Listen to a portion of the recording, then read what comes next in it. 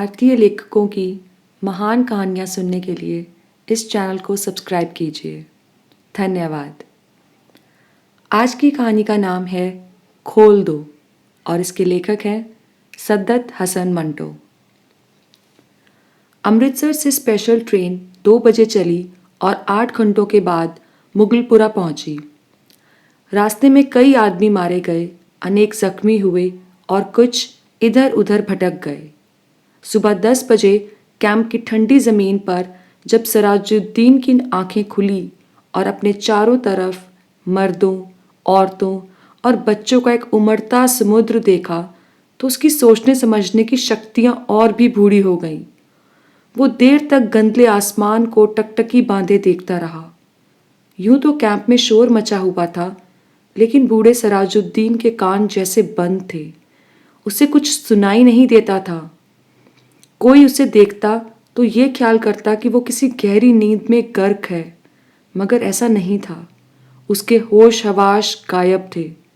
उसका सारा अस्तित्व शून्य में लटका हुआ था। गंदले आसमान की तरफ बगैर किसी इरादे के देखते देखते सिराजुद्दीन की निगाहें सूरज से टकराईं।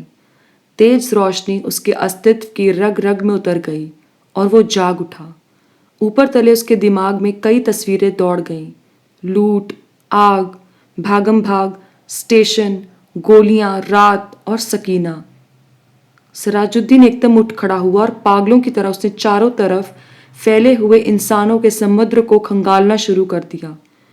पूरे 3 घंटे वो सकीना सकीना पुकारता कैंप की खाक छानता रहा, मगर उसे अपनी जवान इकलौती बेटी का कोई पता न मिला।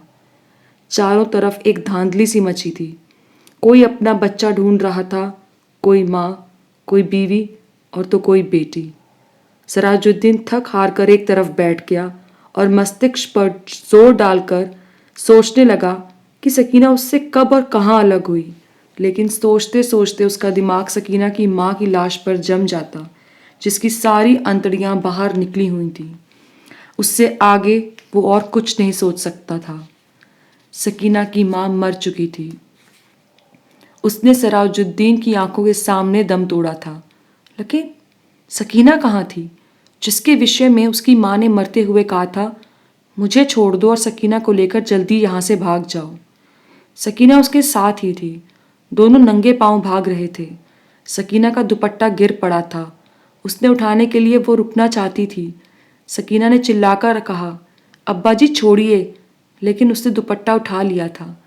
ये सोचते सोचते उसने अपनी कोट की उभरी हुई जेब की तरफ देखा और उसमें हाथ डालकर एक कपड़ा निकाला। सकीना का वही दुपट्टा था, लेकिन सकीना कहाँ थी?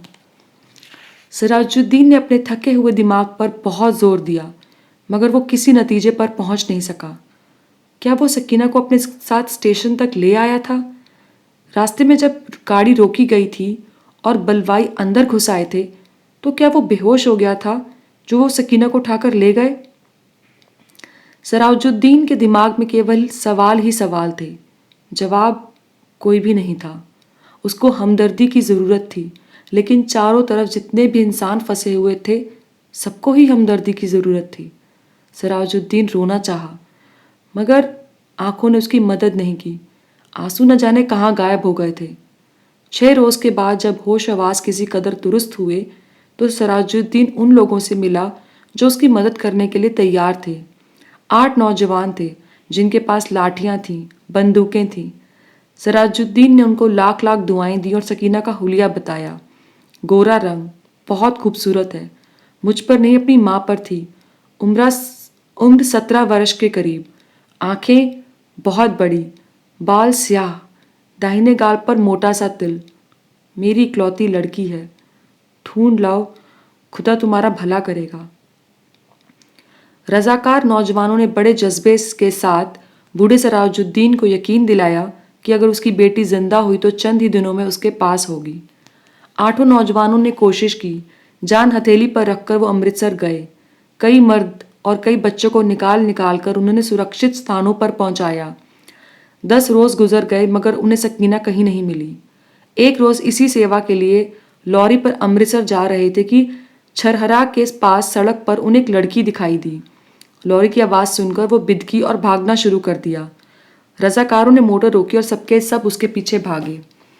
एक खेत में उन्हें एक लड़की को पकड़ लिया। देखा तो बहुत खूबसूरत थी। दाहिने गाल पर मोटा तिल था। एक लड़के ने उससे कहा, घबराओ नहीं, क्या तुम्हारा नाम सकीना है? लड़की का रंग और भी जर्द हो गया। उसने कोई जवाब नहीं दिया, लेकिन जब तमाम लड़कों ने उसे दम दिलाया तो उसकी दहशत दूर हुई और उसने मान लिया कि वो सराजुद्दीन की बेटी सकीना है। 8 रजाकार नौजवानों ने हर तरह सकीना की दिलजोई की। उसे खाना खिलाया, दूध पिलाया और लॉरी में बिठाकर ले गए।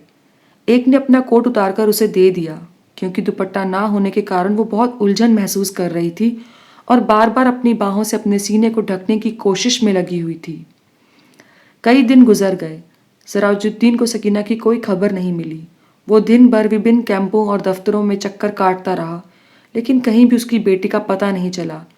रात को बहुत देर तक उन रजाकार नौजवानों की कामयाबी के लिए दुआएं मांगता रहा, जिन्होंने उसको यकीन दिलाया था कि अगर सकीना जिंदा हुई तो चंद दिनों में उसे ढूंढ निकालेंगे। एक रोज सराजुद्दीन ने कैंप में उन नौजवान रजाकारों को देखा। लॉरी में बैठे थे। सराजुद्दीन भागा भागा उनके पास गया। लॉरी चलने ही वाली थी कि उसने पूछा, बेटा मेरी सकीना का पता चला? सब ने एक जवाब होकर कहा, चल जाएगा, चल जाएगा, और लॉरी लेकर चले गए। सराजुद्दीन ने एक बार फिर उन नौजवानों की कामयाबी की दुआ मांगी और उसका जी इस कदर हल्का हो गया। शाम के करीब कैंप में जहाँ सराजुद्दीन बैठा था, उसके पास ही कुछ गड़बड़ सी हुई। 4 आदमी कुछ उठाकर ला रहे थे। उसने मालूम किया तो पता चला कि एक लड़की रेलवे लाइन के पास बेहोश पड़ी थी। लोग उसे उठाकर लाए हैं। सराजुद्दीन उनके पीछे हो लिया। लोगों ने लड़की को अस्पताल वालों के सुपुर्द किया और चले गए। कुछ देर वो ऐसे ही अस्पताल के बाहर गड़े हुए लड़की के खंबे के साथ लगाकर खड़ा रहा। फिर आहिस्ता आहिस्ता अंदर गया। कमरे में कोई भी नहीं था। एक स्ट्रेचर था जिस पर एक लाश पड़ी थी।